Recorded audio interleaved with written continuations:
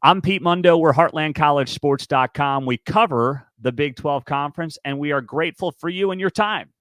Now, got to talk about Deion Sanders here. Hit subscribe, hit the thumbs up. We appreciate you doing that.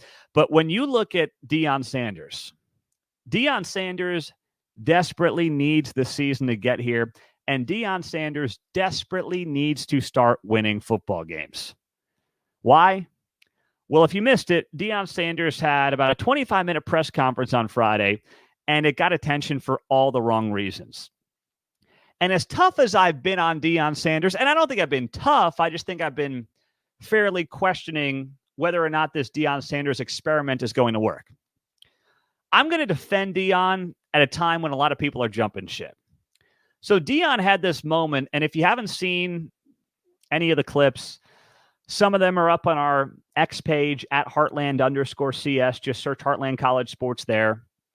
Find us on Instagram as well. You can find a lot of content on our Instagram page. We did add a TikTok, I will add. So we got TikTok too if you want to find us there. But it's a very contentious press conference between Deion Sanders and local media in the Denver Boulder area. And you got Jason Whitlock, coming out there saying that Deion Sanders is softer than baby poop. And by the way, someone who's got 3 kids, baby poop can be pretty hard. Okay. I've got 2 still. Well, one sleeps in diapers. One is 5 months old and is still permanently in diapers. So softer than baby poop can be hit or miss. And I don't think Whitlock has any kids, so I'm not sure he's the guy to talk about baby poop anyway. But I get what he's going for there. He's saying that Deion's soft. And a lot of people watch that press conference and are like, Deion Sanders is so soft. He's such a wimp.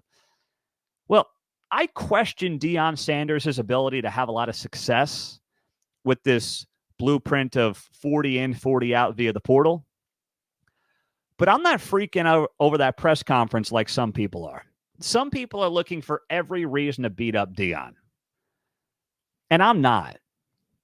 I don't know what the relationship is between Deion and some of these local reporters, but it's okay. I really don't think it's a big deal. I think it's actually okay for a coach to stand up for himself and for his team.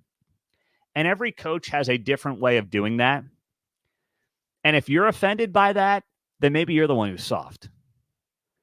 Do you want to say Deion was being disrespectful at times? Okay, fine. But without having the entire backstory, what if he felt disrespect on his end? Right?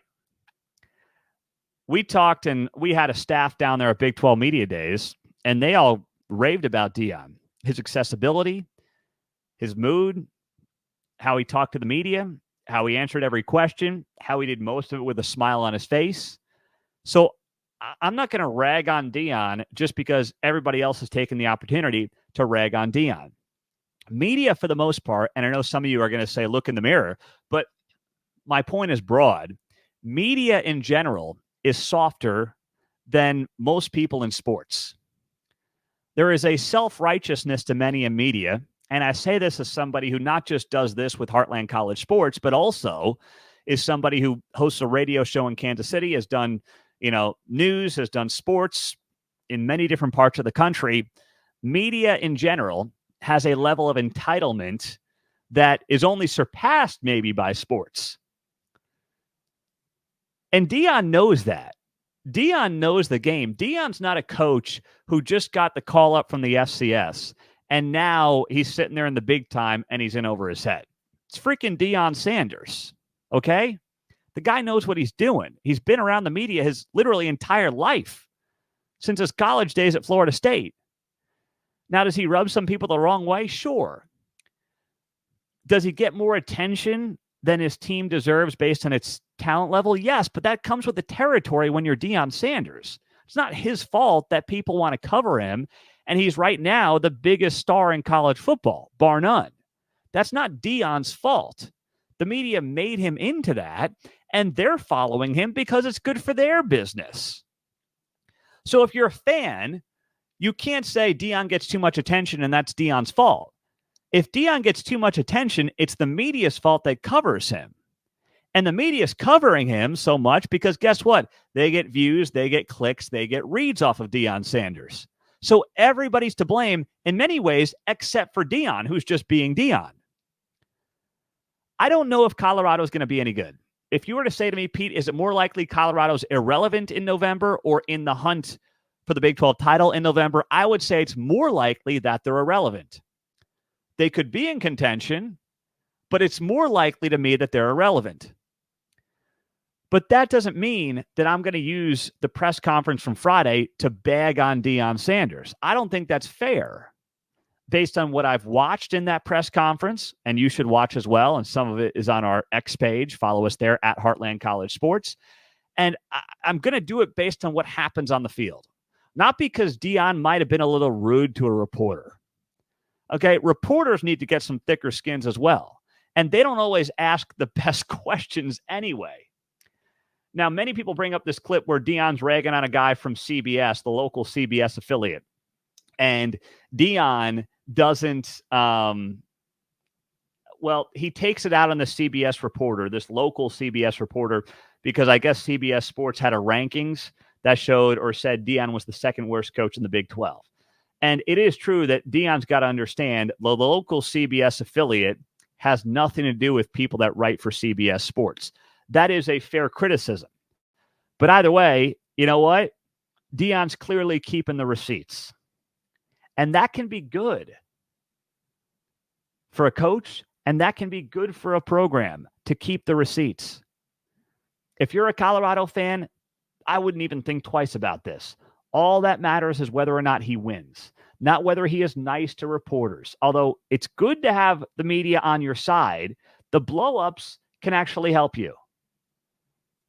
If you go back to Mike Gundy's I'm a man, I'm 40, remember that back in 2007?